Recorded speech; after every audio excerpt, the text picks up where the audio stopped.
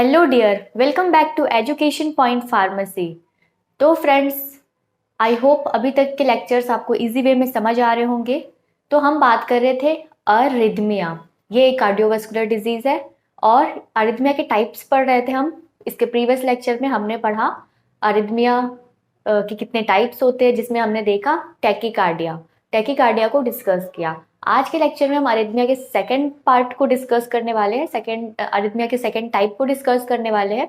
वो क्या है? Brady arrhythmia. इसे और क्या कह सकते हैं? ब्रेडीकार्डिया। मतलब जब heart beat 60 beat per minute से कम हो जाए तो यहाँ पे वो डिजीज कहलाएगा ब्रेडी अरिथमिया। इसके दो मेन कारण है, डिक्रीज्ड ऑटोमेटिसिटी और एक है कंडक्शन ब्लॉक। डिक्रीज्ड ऑटोमेटिसिटी मतलब ऐसे नोड से जो फायरिंग है, जो इम्पल्स जनरेशन है, वो क्या हो गया है? स्लो डाउन हो गया है, जिसके कारण क्या कॉज हो रहा है? Brady arrhythmia. या फिर हो सकता है कंडक्शन ब्लॉक, मतलब कंडक्शन सिस्टम में कोई ब्लॉकेज है। कंडक्शन सिस्टम में कौन कौन से पार्ट थे? ऐसे नोड है, एवी नोड है, बंडल ऑफ हिस है, बंडल ब्रांचेज है और पर्किंजी फाइबर्स है। तो इन 5 चीजों में अगर किसी में भी कोई, कहीं पे भी कोई ब्लॉकेज है, जिसके कारण क्या हो रहा है? जो इम्पल्स जनरेशन हुआ है वो प्रॉपर तरीके से कंडक्ट नहीं हो पा रहा है आर्टरिया से वेंट्रिकल्स तक, तो वो कहलाएगा कंडक्शन ब्लॉक, जिसके कारण क्या कॉज हो सकता है? Brady arrhythmia. ब्रेडी अरिथमिया के कुछ सिम्टम्स है, जैसे डिजीनेस फील होना, टायर्ड फील होना, हाइपोटेंशन, शॉर्टनेस ऑफ ब्रेथ। कभी कभी पेशेंट बेहोश भी हो सकते हैं, या फिर सीवियर कंडीशन में देखें तो cardiac arrest, sudden cardiac arrest. इसके कुछ कॉज है, लाइक मायोकार्डियल इन्फार्क्शन है, जो हार्ट के जो टिश्यू है वो डैमेज्ड है, या फिर कभी कोई सर्जरी हुई हो। एंजाइटी और स्ट्रेस के कारण भी ब्रेडी अरिथमिया कॉज हो सकता है। कुछ मेडिकेशंस के भी साइड इफेक्ट होते हैं। हाइपोथायरॉयडिज्म के कारण हो सकता है, इलेक्ट्रोलाइट इम्बैलेंस होने से हो सकता है, एजिंग बहुत ही कॉमन है, एज होने पे ब्रेडी अरिथमिया कॉज हो सकता है। मायोकार्डाइटिस मतलब हार्ट के जो सेल्स है, मसल्स है, उसमें कोई इन्फ्लेमेशन हो, इन्फेक्शन के कारण वो इन्फ्लेमेशन हो सकता है, जिसके कारण क्या कॉज हो सकता है? Brady arrhythmia. ओके, अब इसके कुछ टाइप्स है जो हम वन बाय वन डिस्कस करेंगे। तो पहला है साइनस ब्रेडीकार्डिया। साइनस ब्रेडीकार्डिया मतलब ब्रेडी अरिथमिया कहाँ से ओरिजिन कहाँ पे है? ऐसे नोड में। ऐसे नोड में प्रॉब्लम है, जिसके वजह से क्या हो रहा है? ब्रेडीकार्डिया। तो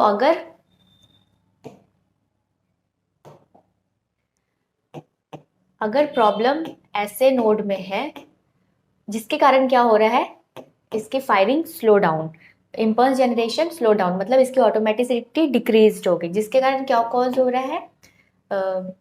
ब्रेडीकार्डिया। तो ये कहलाएगा sinus ब्रेडीकार्डिया।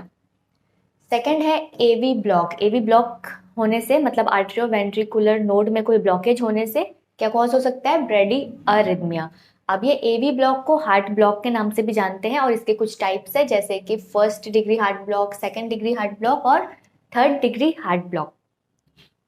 First degree heart block mild है, यहाँ पे ट्रीटमेंट की जरूरत नहीं पड़ती। Second degree heart block moderate और third degree heart block severe, मतलब ये काफी फेटल है और लाइफ थ्रेटनिंग है। वन बाय वन हम इसे आगे डिटेल में डिस्कस करेंगे। थर्ड क्या हो सकता है? बंडल ब्रांच में ब्लॉक हो सकता है, may B right bundle branch में वो ब्लॉकेज हो, या फिर लेफ्ट बंडल ब्रांच में ब्लॉकेज है, जिसके कारण क्या कॉज हो सकता है? Brady arrhythmia. आज के सेशन में हम बेसिकली फोकस करने वाले हैं एवी ब्लॉक पे, हार्ट ब्लॉक।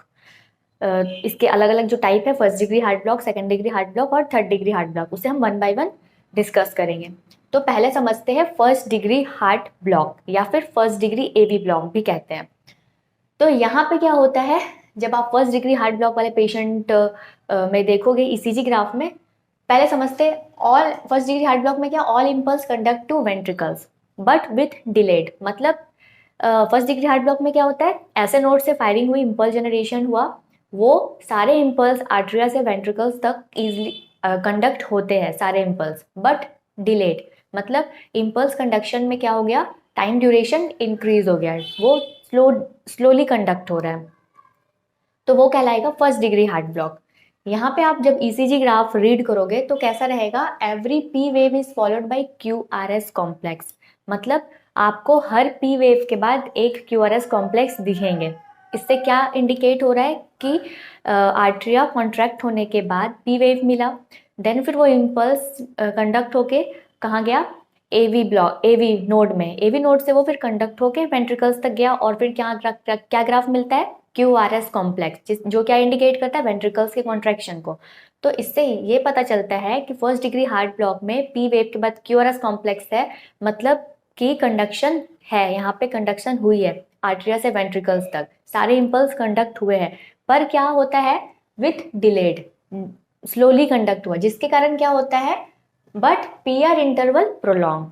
पी वेव के बाद क्यू आर एस कॉम्प्लेक्स मिलता है, लेकिन पी से लेकर आर इंटरवल आप जब देखोगे तो पी आर इंटरवल क्या होता है, प्रोलॉन्ग हो जाता है। ये क्या इंडिकेट करता है कि आर्ट्रियल कॉन्ट्रैक्शन और वेंट्रिकल्स कॉन्ट्रैक्शन में जो टाइम ड्यूरेशन है वो क्या हो गया, डिले हो गया, प्रोलॉन्ग हो गया।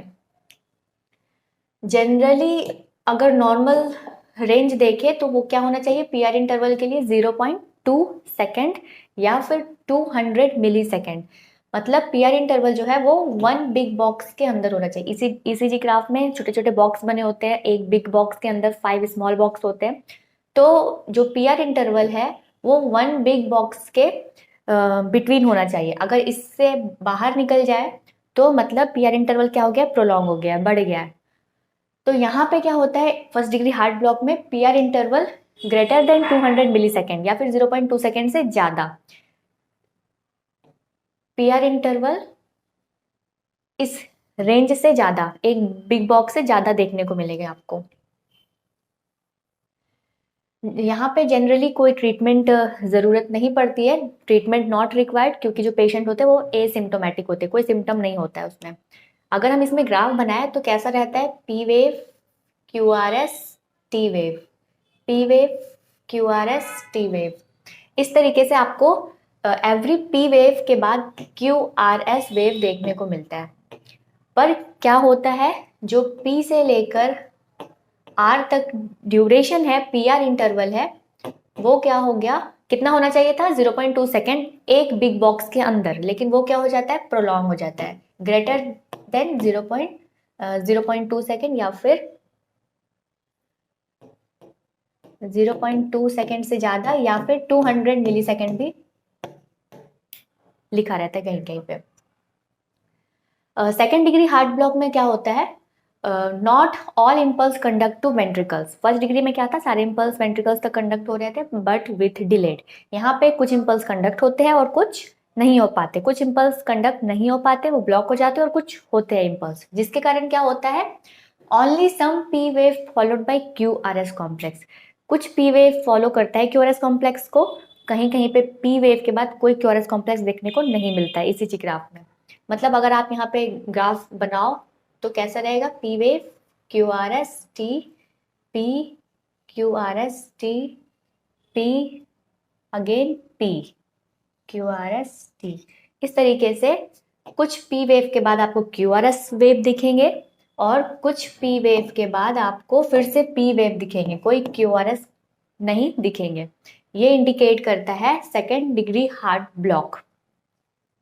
ये सेकेंड डिग्री हार्ट ब्लॉक के दो टाइप्स है, मोबिट्स 1 मोबिट्स 2। इसे टाइप 1 टाइप 2 भी कहते हैं, टाइप 1 टाइप 2,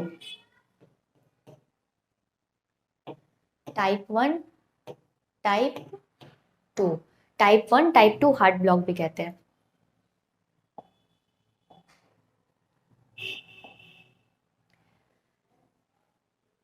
अब इस स्लाइड में हम सेकेंड डिग्री हार्ट ब्लॉक को समझते हैं, टाइप 1।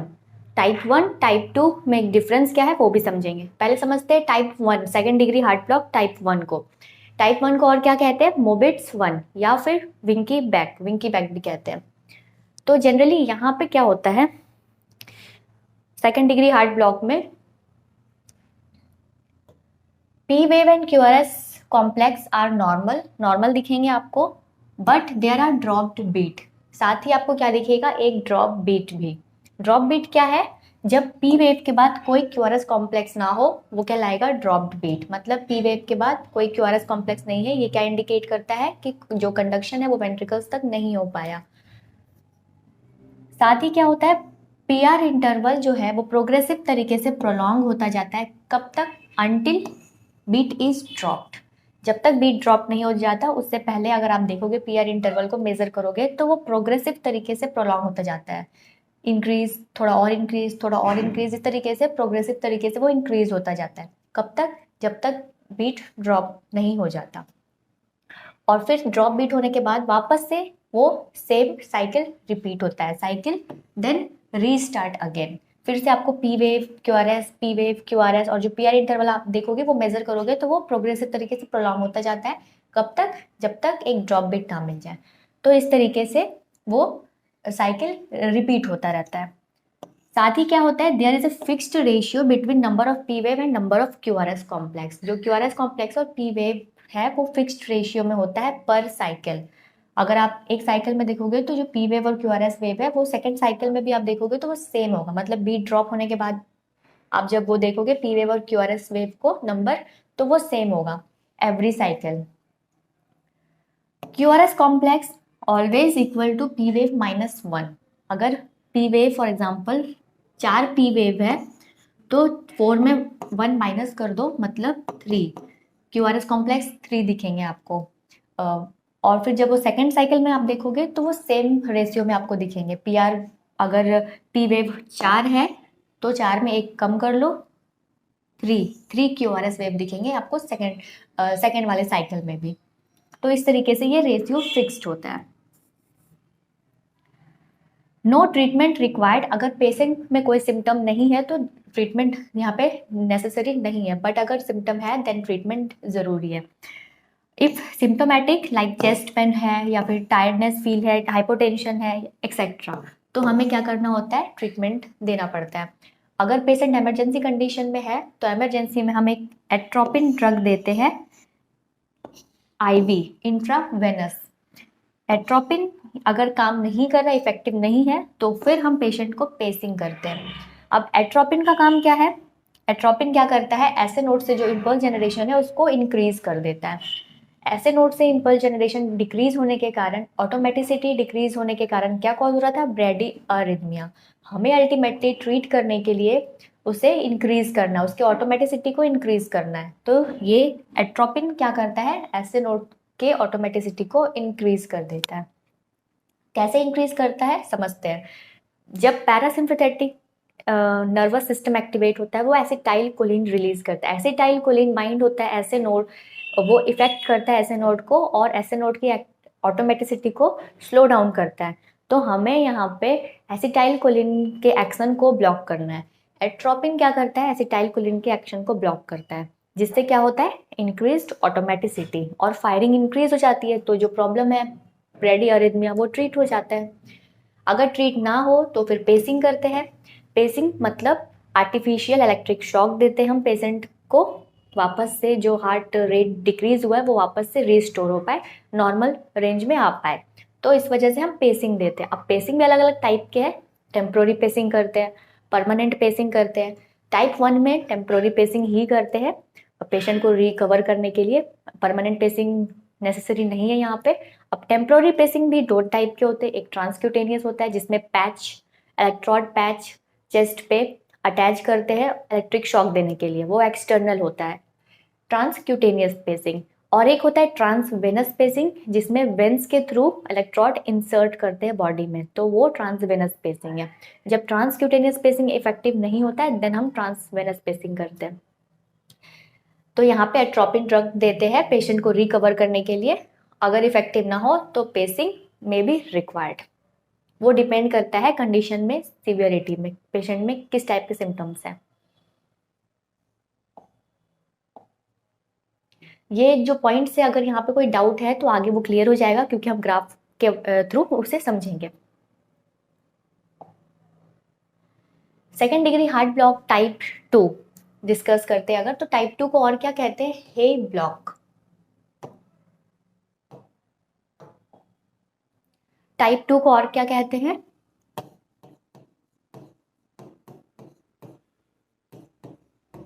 हे ब्लॉक या फिर मोबिट्स 2। यहाँ पे क्या होता है? Due to failure of conduction at level of His Purkinje system. Type 1 क्यों हो रहा था? एवी ब्लॉक, एवी में कोई ब्लॉकेज होने से। लेकिन जो टाइप 2 है ये ए बी ब्लॉकेज कहाँ पे, ए बी नोड के नीचे side, below A B node, Purkinje His Purkinje system में वो ब्लॉकेज है। May be left bundle branch या फिर राइट बंडल ब्रांच या फिर परकिंजी फाइबर्स में कोई ब्लॉकेज हो। ऐसे कंडीशन में आपको ध्यान रखना है, एट्रोपिन काम नहीं करता। अगर ब्लॉकेज ए बी नोड के नीचे है, बिलो है, तो यहाँ पे एट्रोपिन काम नहीं करता। एट्रोपिन कहाँ तक फंक्शन, एट्रोपिन का काम सिर्फ कहाँ तक है, अगर ब्लॉकेज ए बी नोड में है। अगर ए बी नोड में है तो एट्रोपिन देने से वो इफेक्टिव होगा। वो ऐसे नोड की एक्टिविटी को बढ़ाता है, ऑटोमेटिसिटी को इंक्रीज करता है, और साथ ही साथ ए बी नोड से जो कंडक्शन है उसको भी इंक्रीज करता है। बट अगर ब्लॉकेज ए बी नोड में है ही नहीं, ए बी नोड के जस्ट नीचे साइड है पर हिस परकिंजी सिस्टम में, तो ऐसे कंडीशन में एट्रोपिन इफेक्टिव नहीं होता। तो ये आपको नोट करना है। सेकंड, जब आप ऐसे पेशेंट में ईसीजी ग्राफ देखोगे तो वो कैसा होता है, P wave normal and some are not followed by QRS complex. P wave normal होता है बट कुछ पी वेव के बाद कोई क्यूआरएस कॉम्प्लेक्स नहीं होता। ठीक वैसे ही जैसे टाइप 1 में हो रहा था, कुछ पी वेव के बाद क्यूआरएस कॉम्प्लेक्स थे और कुछ पी वेव के बाद कोई क्यूआरएस कॉम्प्लेक्स नहीं, उसी तरीके से टाइप 2 में भी होता है। ठीक है। साथ ही वहां पे क्या था, जो पी आर इंटरवल है टाइप 1 में, वो प्रोग्रेसिव तरीके से प्रोलॉन्ग हो रहा था अंटिल ड्रॉप बीट होने से पहले, तो आपको एक वार्निंग साइन मिल रहा था। इस वजह से टाइप 1 को विंकी बैक कहते हैं। लेकिन यहाँ पे आपको कोई वार्निंग साइन नहीं मिलता, ड्रॉप बीट होने से पहले कोई वार्निंग साइन नहीं मिलता। मतलब पी आर इंटरवल यहाँ पे आपको कॉन्स्टेंट ही दिखने को मिलता है। अगर आप मेजर करोगे तो जो पी आर इंटरवल है वो आपको कॉन्स्टेंट दिखेगा, और सडनली कहीं पे भी रैंडम तरीके से वो बीट क्या होगा, ड्रॉप हो जाएगा। ठीक है। Regularly dropped QRS complex type 2 में क्या होता है, बार बार बीट ड्रॉप होता है। टाइप 1 में ज़्यादा नहीं ड्रॉप होता है, लेकिन टाइप 2 में आपको बहुत बार बीट दिखेंगे, मतलब वेंट्रिकल्स तक इम्पल्स नहीं पहुंच पा रहे हैं। इफ बीट फ्रिक्वेंटली ड्रॉप, अगर बीट बार बार ड्रॉप होगा मतलब वेंट्रिकल्स तक इम्पल्स नहीं बार बार पहुंच पाएंगे, वेंट्रिकल्स कॉन्ट्रैक्ट नहीं हो पाएगा, तो क्या होता है, कार्डियक आउटपुट क्या होगा, कंप्रोमाइज हो जाएगा। मतलब जो ब्लड इजेक्ट हो रहा है हार्ट से वो पूरे बॉडी तक प्रॉपर इजेक्ट नहीं हो पाएगा, कार्डियक आउटपुट क्या हो जाएगा, कॉम्प्रोमाइज हो जाएगा। जिससे क्या हो सकता है, syncope, angina, sudden cardiac arrest. तो ये टाइप 1 से सीवियर है। टाइप 1 ज़्यादा डेंजर नहीं है बट टाइप 2 काफ़ी डेंजर है। ऐसे कंडीशन में इमरजेंसी स्टेट में हमें पेशेंट को क्या करना पड़ता है, ट्रांसक्यूटेनियस स्पेसिंग या फिर ट्रांसवेनस स्पेसिंग, डिपेंड करता है उसके कंडीशन में, पेशेंट के सिम्टम्स में। जनरली टाइप 2 में अगर इमरजेंसी कंडीशन है और टाइप 2 है तो फिर हम ट्रांसवेनस स्पेसिंग करते हैं ताकि वो पेशेंट को रिकवर कर पाए। कब तक ट्रांसवेनस स्पेसिंग करते हैं, जब तक कि हम उसके हार्ट में परमानेंट पेसमेकर ना लगा दें, तब तक उस पेशेंट को रिकवर करने के लिए और वो लाइव रहे, इसलिए हम क्या करते हैं, ट्रांसवेनस पेसिंग, जो कि एक टेम्पोररी पेसिंग है।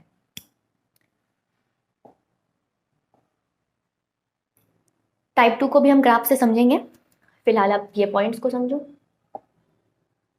अब हम थर्ड डिग्री हार्ट ब्लॉक को समझते हैं। थर्ड डिग्री हार्ट ब्लॉक मतलब कंप्लीट ब्लॉकेज है। यहाँ पे जो इम्पल्स जनरेशन हो रहा है वो ऐसे नोड से इम्पल्स जनरेट तो हो रहा है, वो एट्रियम में स्प्रेड हो रहा है, एट्रियल कॉन्ट्रैक्शन हो रहा है, बट एवी नोड के थ्रू वेंट्रिकल्स तक नहीं पहुंच पा रहा है। यहाँ पे कोई इम्पल्स कंडक्ट नहीं हो पाता है आर्ट्रिया से वेंट्रिकल्स तक।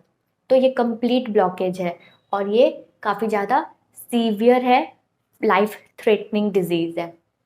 यहाँ पे जब आप ईसीजी ग्राफ देखोगे तो 2 independent rhythm can be seen, मतलब आपको 2 अलग अलग रिदम देखने को मिलेंगे। पी वेव और जो क्यूआरएस कॉम्प्लेक्स है वो आपको इंडिपेंडेंट देखने को मिलेंगे, दोनों में कोई कनेक्शन नहीं होगा, क्योंकि हम जानते हैं कि इस डिजीज में क्या हो रहा है, जो इम्पल्स जनरेशन हो रहा है वो आर्ट्रिया से वेंट्रिकल्स तक नहीं पहुंच पा रहे, कंप्लीटली ब्लॉकेज है। इस वजह से क्या हो रहा है, जो आर्ट्रियल डीपोलराइजेशन है वो अलग रिदम फॉलो कर रहा है, और वेंट्रिकल्स तक इम्पल्स नहीं पहुंच पाने के कारण वेंट्रिकल्स क्या करता है, खुद का एक इम्पल्स जनरेट करता है।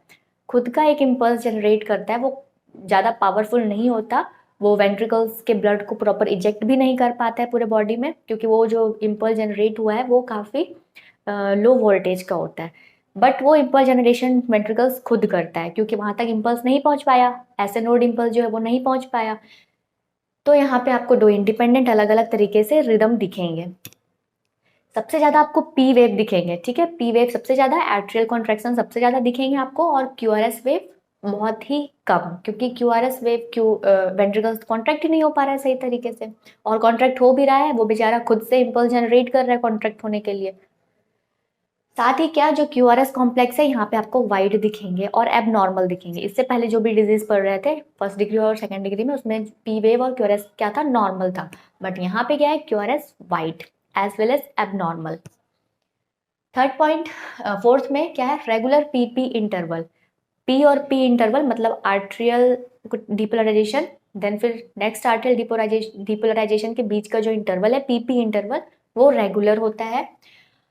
और जो RR इंटरवल है, मतलब QRS वेव से लेकर QRS वेव, RR इंटरवल, वो भी रेगुलर होता है। बट दोनों आपस में अनरिलेटेड होते हैं, क्योंकि आर्ट्रियल रिदम अलग है और वेंट्रिकल्स रिदम यहाँ पे अलग ही चल रहा है, वो अलग ही फ्लो में चल रहा है।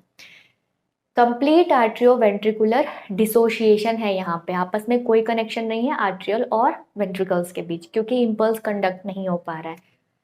More chance of cardiac arrest, सबसे ज़्यादा चांस है यहाँ पे कार्डियक अरेस्ट होने के। और ऐसे डिजीज में पेशेंट के हार्ट में जल्द से जल्द हमें पेस मेकर लगाना पड़ता है, artificial pace maker.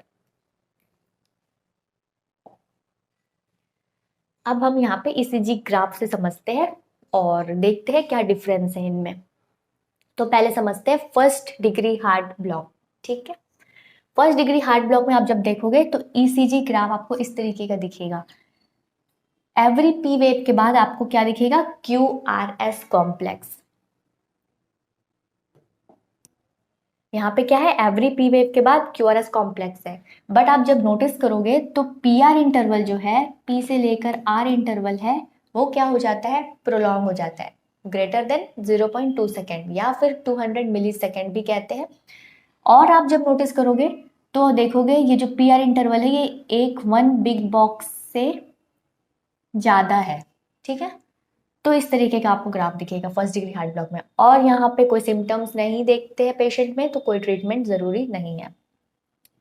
Second degree heart block में या फिर सेकेंड डिग्री AB ब्लॉक को हम और क्या कहते हैं, इसके दो टाइप है, मोबिट्स 1 मोबिट्स 2। मोबिट्स 1 मोबिट्स 2 डिफरेंस समझते हैं।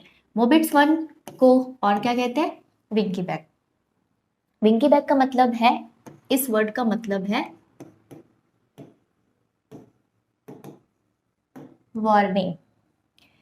किस तरीके का वार्निंग मिलता है हमें यहाँ पे, समझते हैं।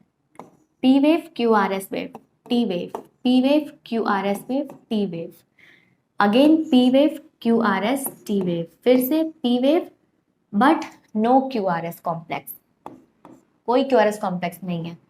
फिर से क्या है, P wave QRS wave complex T wave, again P wave QRS T, P QRS T।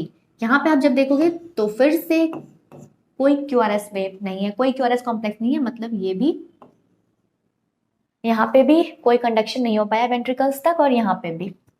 ये कहलाएगा जब P वेव के बाद कोई QRS वेव नहीं है, समझ जाना है वेंट्रिकल्स तक कंडक्शन नहीं हो पाया, बीट क्या हो गया, ड्रॉप्ड, ड्रॉप्ड बीट। और ये बीट ड्रॉप होने से पहले आपको एक वार्निंग साइन मिला, क्या, यहाँ जब आप मेजर करोगे PR इंटरवल तो वो स्लाइटली इंक्रीज होता जाएगा, यहाँ पे, फिर यहाँ पे थोड़ा और ज़्यादा, फिर यहाँ पे थोड़ा और ज़्यादा, इस तरीके से प्रोग्रेसिव तरीके से प्रोलॉन्ग होता जाएगा। कब तक होगा, जब तक एक बीट ड्रॉप ना हो जाए। ये एक साइकिल कहलाएगा। ठीक है, ड्रॉप बीट होने के बाद वापस से जब P वेव हुआ, फिर से QRS कॉम्प्लेक्स T वेव, तो ये सेकेंड साइकिल कहलाएगा अंटिल ड्रॉप बीट। जब आप यहाँ पे मेजर करोगे तो फिर से आप देखोगे जो PR इंटरवल है वो वापस से पहले जितना है रेंज में, और फिर यहाँ से प्रोलॉन्ग होता जाएगा, prolong prolong until beat drop. ये सेकेंड साइकिल हो गया। वापस से थर्ड साइकिल भी सिमिलर इसी तरीके से पैटर्न में रहेगा। साथ ही साथ नंबर ऑफ P वेव और QRS कॉम्प्लेक्स फिक्स्ड रेशियो में होगा एवरी साइकिल। मतलब अगर आप इस साइकिल में देखो तो P वेव काउंट करते हैं, P वेव 1 2 3 4, 4 P वेव है। QRS वेव काउंट करते हैं तो वो 3 होना चाहिए, P-1। अगर P वेव 4 है तो 4-1 करेंगे तो QRS वेव कितना होना है, 3 है यहाँ पे, 1 2 3। ड्रॉप बीट होने से पहले QRS वेव कितना है, 3 है, मतलब 4 P वेव और 3 QRS कॉम्प्लेक्स। फिर आप सेकेंड साइकिल में देखोगे तो यहाँ पे भी सेम फिक्स्ड रेशियो में होगा, P वेव 4 होंगे और QRS वेव कॉम्प्लेक्स 3 होंगे। फिर आप थर्ड जब देखोगे तो वो फिक्स्ड रेशियो में होगा, तो ये कहलाएगा, अगर 4 पी वेव है और 3 QRS है तो ये डिजीज कहलाएगा 4:3 type 1 heart block. May be वो P जो है वो 4 ना होकर 3 हो, अगर 3 है तो QRS कितना होगा, 2 होगा, तो वो डिजीज कहलाएगा 3:2 टाइप 1 हार्ट ब्लॉक।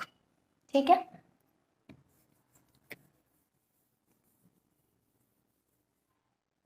अब हम टाइप 2 को समझते हैं। इसे मोबिस 2 भी कहते हैं या फिर हे ब्लॉक भी कहते हैं, HAY हे ब्लॉक। यहाँ पे और यहाँ पे क्या डिफरेंस है, बीट तो यहाँ पे भी ड्रॉप है, यहाँ पे भी ड्रॉप, बट यहाँ पे वार्निंग साइन था, पीआर इंटरवल प्रोग्रेसिव प्रोलॉन्ग हो रहा है, लेकिन यहाँ पे कोई पीआर इंटरवल प्रोग्रेसिवली प्रोलॉन्ग नहीं होगा, क्योंकि जो पीआर इंटरवल है वो आपको कांस्टेंट ही दिखेंगे। और जो ड्रॉप बीट है, ड्रॉप बीट यहाँ पे है, ड्रॉप बीट यहाँ पे है, तो ड्रॉप बीट आपको रैंडम तरीके से दिखेंगे, और यहाँ पे बीट ज़्यादा ड्रॉप है एज कंपेयर टू टाइप 1, इस वजह से टाइप 2 सीवियर है एज कंपेयर टू टाइप 1। तो ये डिफरेंस है, PR interval progressively prolong, PR interval constant.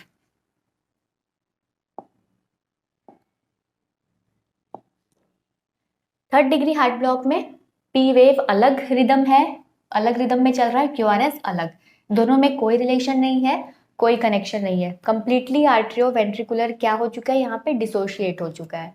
तो आपको इस तरीके का ग्राफ देखने को मिलेगा।